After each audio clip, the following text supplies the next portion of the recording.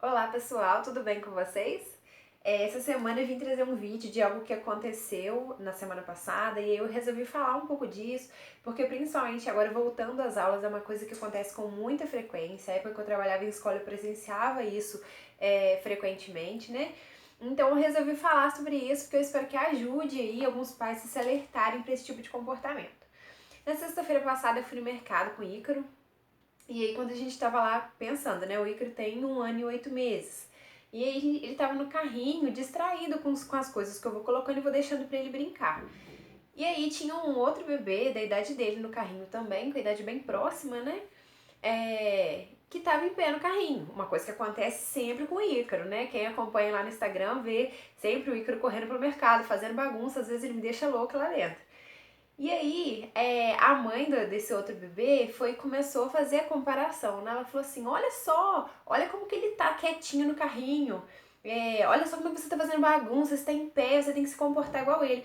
Gente, eu dei um sorriso amarelo e eu saí andando com o carrinho sem responder. Para que ela entendesse que aquilo gera um constrangimento, né? No livro do Carlos Gonzalez, eu já postei isso também no Instagram, ele dá um exemplo incrível, que eu acho que todos os adultos deveriam pensar, tá? Quando fazem isso. Eu tô falando porque isso já aconteceu várias vezes, eu passando com o Ícaro em diversos tipos de assunto, né? Eles comparam comportamento, educação de outras crianças também, compara hábitos, né? Compara sono, compara qualquer coisa. Os adultos fazem isso, eu sei que não faz por mal, os pais obviamente não fazem por mal, mas isso traz muito prejuízo, né? Tanto na infância quanto na adolescência, que leva para a vida adulta, obviamente. Então a gente tem que começar a se alertar a essas coisas. Primeiro, gente, porque um bebê de 1 ano e meio, 2 anos, ele não vai entender a sua comparação, tá? Ele não sabe o que é quietinho, ele não sabe o que é essa comparação, ele não sabe o que é o que ele deve fazer porque você tá comparando, ele não vai entender. Só que isso ao longo da infância e na adolescência gera muitos prejuízos para o desenvolvimento e eu vou falar deles também.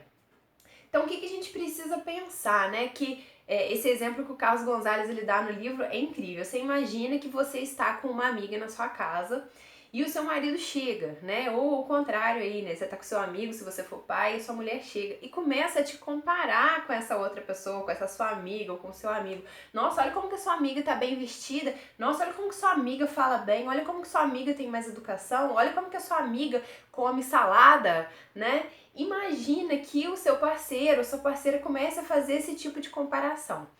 E aí, além de todos os prejuízos que a gente tem, né? O Carlos Gonzalez ele fala ainda sobre como que aquilo pode gerar um sentimento para com aquela pessoa que nem tá comparando, né? Que nem tá fazendo nada. Então, se os adultos estão ali comparando duas crianças, além de todos os prejuízos que eu vou trazer para aquela criança e para minha relação com aquela criança, eu ainda estou prejudicando a relação dela com a outra criança, né? E se for adolescente, com um outro adolescente. Porque você imagina, você vai querer chamar a sua amiga pra ir na sua casa de novo, você vai querer continuar mantendo, ela não fez nada, mas você vai querer continuar mantendo aquele vínculo e a presença dela a partir do momento que o seu marido tá fazendo essa comparação. Se a gente não gosta, por que com a criança a gente faz isso, né? Então a gente tem que se atentar mais, porque a partir do momento que a criança começa a entender o que a gente está fazendo, ela vai ter problema de autoestima, ela vai ter problema principalmente na adolescência, que é tão importante a gente se sentir pertencente a um grupo, aquela fase de descoberta, né, da nossa identidade, de tudo isso. Na adolescência vai ter problema de pertencimento aos grupos, isso influencia muito, e na adolescência a gente já tem tanta dificuldade, né? Os adolescentes já passam por tantas mudanças que são tão difíceis.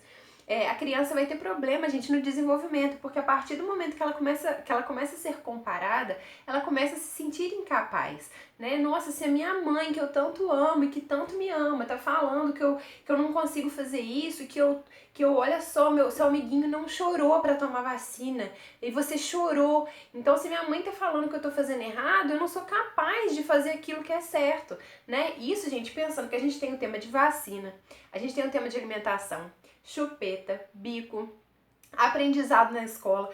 Tudo isso os adultos comparam, né? Querem comparar o tempo inteiro o comportamento das crianças e adolescentes. Então as crianças começam a ficar com esse sentimento e principalmente o sentimento de não ser respeitado. E não é só o sentimento, eles realmente não estão sendo. Porque, mais uma vez, né, como eu dei o exemplo aí, se o seu marido, a sua esposa faz isso, se isso é uma falta de respeito, com você, por que que com a criança a gente acha que é normal, né? A gente tem que começar a mudar esse pensamento e começar a respeitar as crianças como indivíduos, né? Se eu não posso fazer isso com outro adulto, se isso é uma falta de educação, se eu fizer isso comparando duas amigas minhas, falar, nossa, olha só como é que a outra tá muito mais bem vestida que você, olha como é que não sei o que, não sei o que, não sei o que. Qualquer coisa que a gente compara, se é desagradável com o adulto, por que que a gente normaliza isso com a criança? Então esse é um ponto aí que eu quero que vocês pensem essa semana, com a volta às aulas, principalmente, né?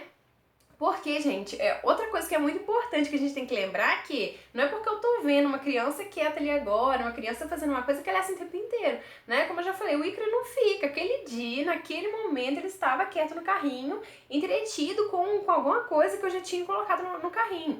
Mas normalmente não é assim. Então a gente tem que entender que a comparação, ela não é baseada em nada, além de mexer com a autoestima da outra pessoa, né?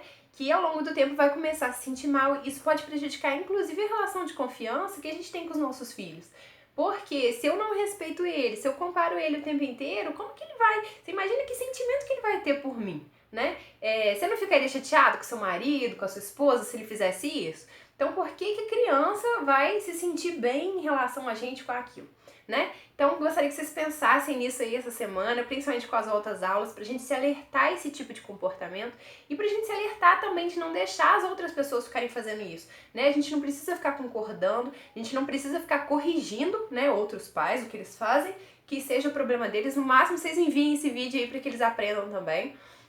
Mas não participar daquilo, né? Não ser conivente com aquela situação. Saia andando, né? Ignora pra pessoa começar a ficar constrangida e entender que isso é errado.